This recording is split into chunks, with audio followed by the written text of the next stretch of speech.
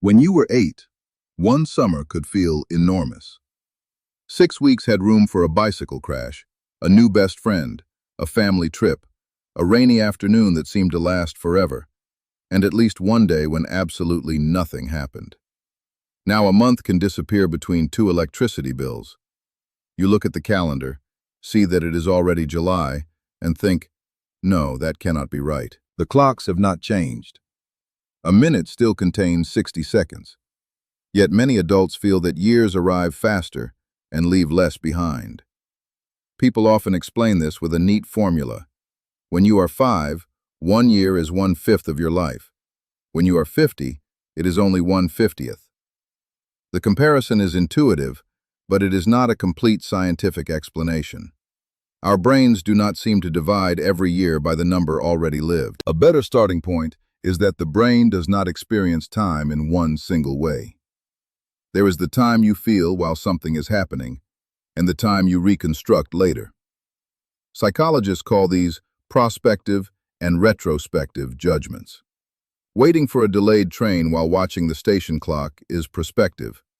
Looking back at the previous month is retrospective. You are not replaying every second. You are estimating its length from what memory kept. That distinction creates a familiar contradiction. A busy holiday can fly by while you are living it because your attention is on streets, food, directions, tickets, and whether you left the hotel key in the room. Later, the same holiday may feel long because it produced many distinct memories. A quiet week at home can feel slow on Tuesday afternoon and almost vanish when you look back on Sunday. Monday is coffee, commute, inbox, work, dinner, phone, sleep. Tuesday is coffee, commute, inbox, work, dinner, phone, sleep. By Friday, the brain has no reason to store 5 complete copies. It keeps the useful pattern and a few exceptions. The broken printer, the argument in the meeting, the pasta sauce spilled on the floor. Efficient memory is selective. That helps us function, but repeated days can collapse into a smaller mental package. Novel experiences resist that compression. The first day at a new school requires constant updating. Which door leads outside? Where do you sit? Why does the corridor smell like floor cleaner and wet jackets? Who is friendly? A routine commute barely asks those questions. You may arrive at work with only a vague memory of the drive, plus the red light where someone leaned on the horn. Researchers studying event segmentation describe how the mind divides continuous experience into separate events. A change of location, goal, activity, or social situation can create a boundary. Leaving the house, entering a restaurant, starting a difficult conversation. These boundaries help organize episodic memory. Experiments also show that changes in context can alter how long an experience is judged to have lasted later. More distinct sections give memory more structure to inspect. Children collect event boundaries almost by accident. Their bodies change, their skills change, classrooms change, teachers change, rules change. The first sleepover is not filed next to 30 nearly identical sleepovers. Early adulthood often adds more. First job, first apartment, first serious relationship, moving to another city, learning to drive, being responsible for a bank account that keeps producing small, annoying fees. Autobiographical memory research has repeatedly found a reminiscence bump. Middle-aged and older adults tend to recall an unusually large number of memories from adolescence and early adulthood, often roughly from the teens through the 20s. Those years contain identity-building events and many firsts. People also retell them, how they met, chose a career, left home, or made a terrible haircut decision in old photographs. At 42, a normal Wednesday may contain more responsibility than a Wednesday at 17, but less novelty. Pack lunch. Find the missing sock. Answer 12 messages. Buy dishwasher tablets. Reset a password because the website rejects the one you are certain is correct. None of this is empty.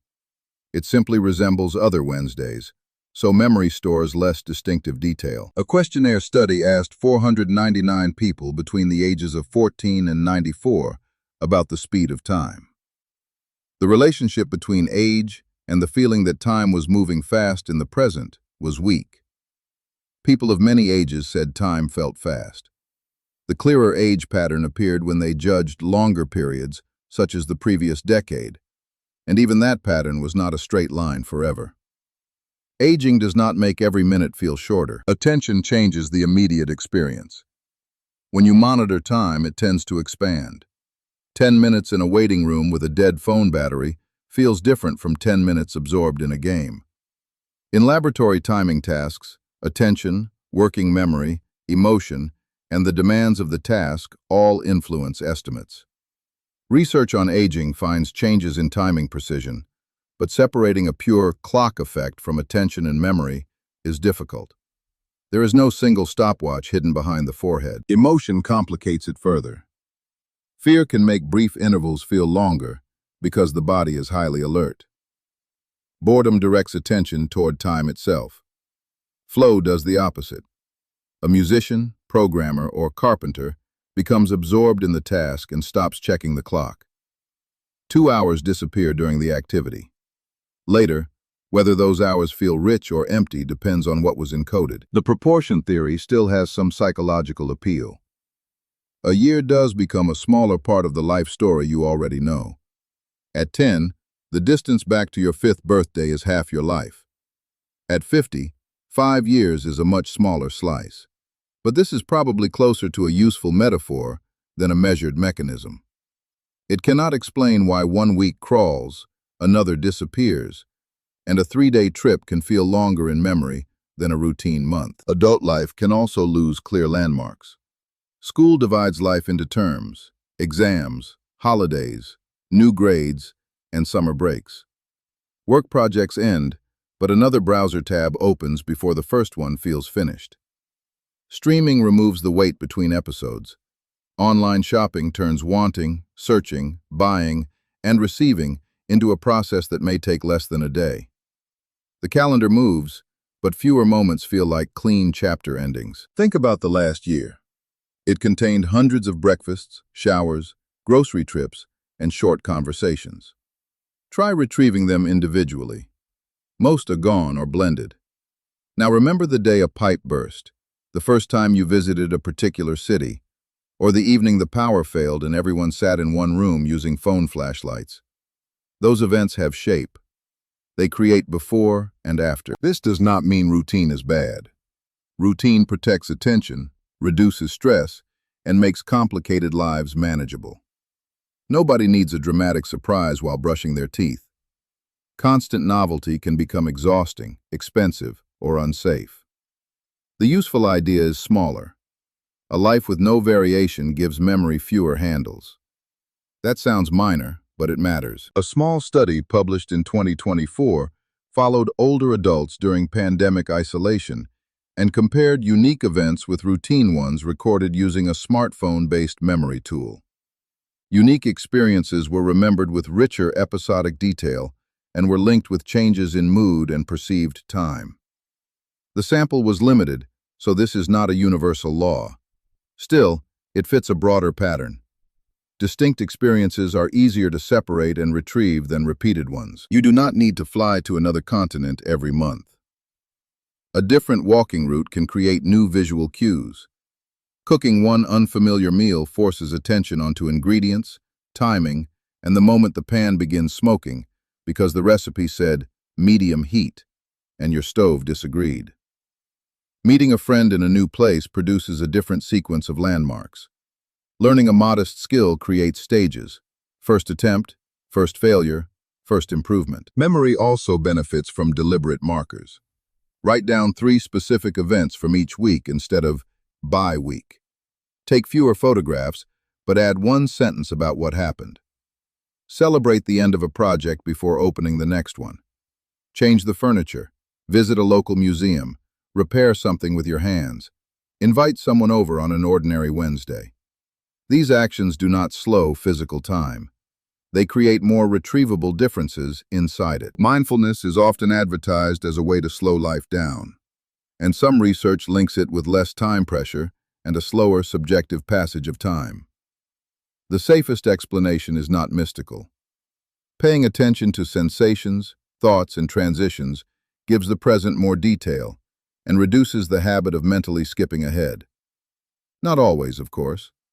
5 minutes of breathing will not transform a year packed with repetitive stress. The uncomfortable part is that speed can also come from overload. You answer a message while eating lunch, listen to half a podcast, check a notification, return to the message, then wonder why the microwave is beeping. A lot happened, but very little became a clear episode. Busyness and richness are not the same thing. So why does time seem to accelerate with age? Adulthood often contains more routine and fewer firsts. Memory compresses repeated experiences. Long periods are reconstructed from landmarks rather than replayed like video. Attention, emotion, event boundaries, and the way we think about the size of a year all contribute. Age matters, but it is mixed together with how life changes as we age. You cannot make a year contain more seconds. You can make it contain more moments that refuse to merge with the others. A new route, a finished project, a difficult conversation, a skill that felt impossible in March and ordinary in October. The calendar will still move at the same speed, but when you look back, there may be more there to look at. Thanks for watching! If you enjoyed the video, please like, subscribe, and leave a comment below. See you in the next one!